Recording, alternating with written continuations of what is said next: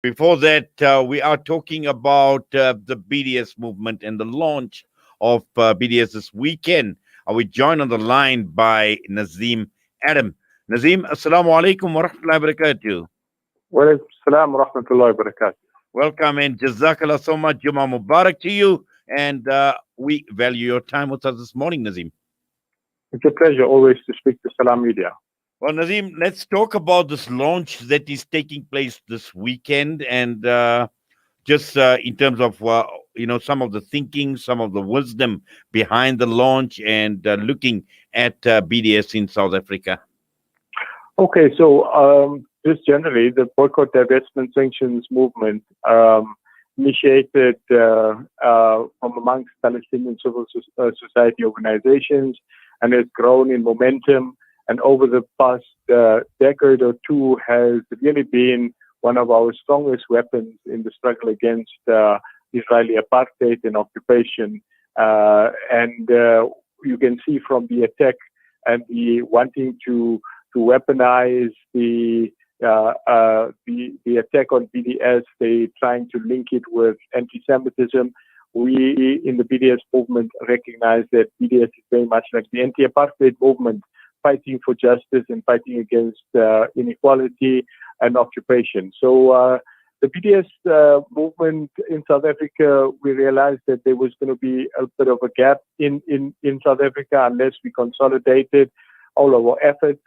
And following a call from the BNC, led by Umar Barghouti, late last year, the Palestinian solidarity organizations across the country, and there's a number of solidarity organizations that came together in March, and an interim steering committee was established for the relaunch of a boycott, divestment, sanctions coalition. So essentially, the BDS, the South African BDS movement, is going to be a coalition of forces ranging from university student organizations, all who have a fundamental objective of solidarity with the Palestinian people, but also those who take up the cause like unions and even perhaps some other NGOs in the community that have an affiliation to the struggle for the Palestinian people's right to self-determination. So this is now a combination of almost a year's work coming together.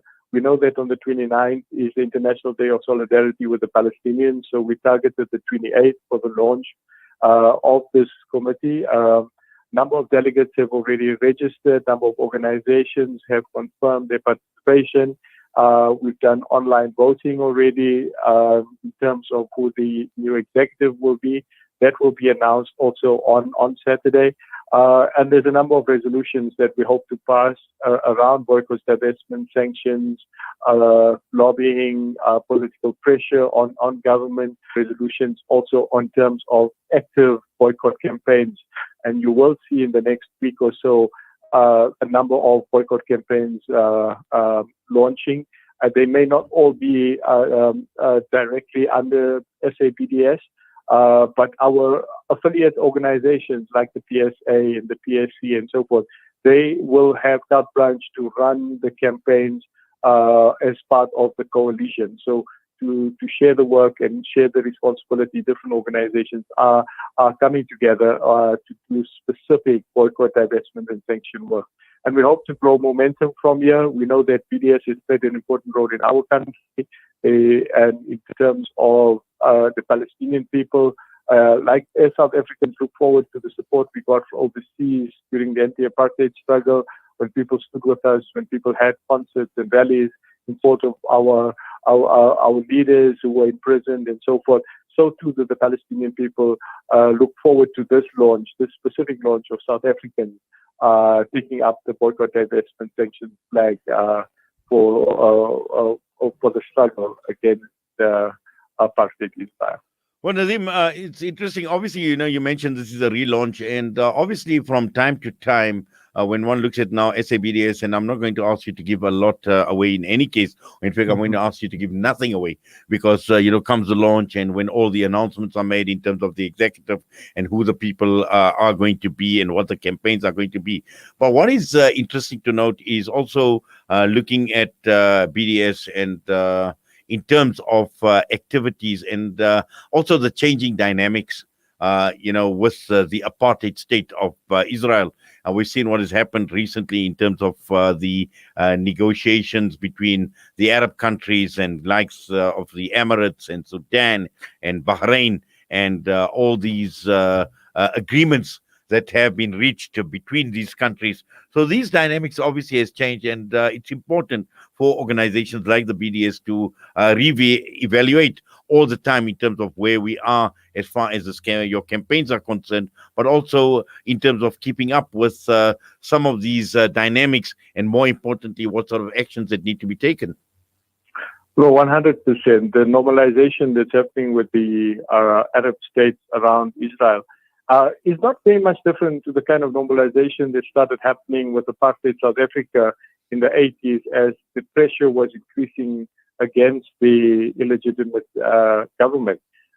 We saw things like the Komati Accord and a few other agreements between neighboring states those years.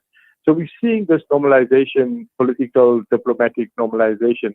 And it just brings back home the fact that as the BDS movement, we are focused on building a strong civil society movement.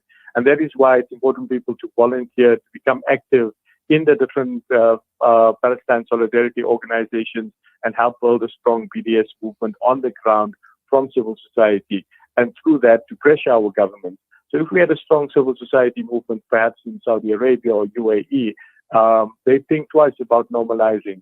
The fact that they've done this, I think, is going to give impetus to challenges that those very countries are going to feel on the ground within their own communities, and it will obviously weaken their position politically over time. And we recognize this.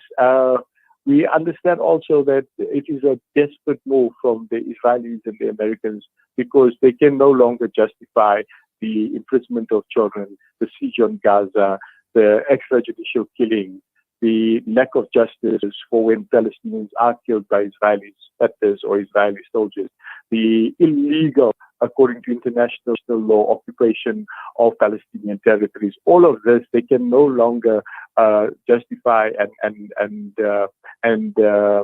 defend. And thus, this move for normalization between the elites of the world is a desperate move.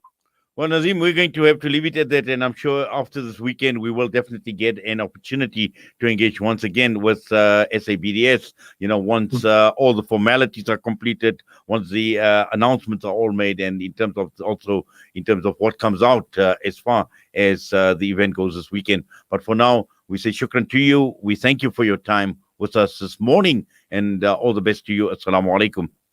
Wa alaikum salam wa rahmatullahi wa barakatuh.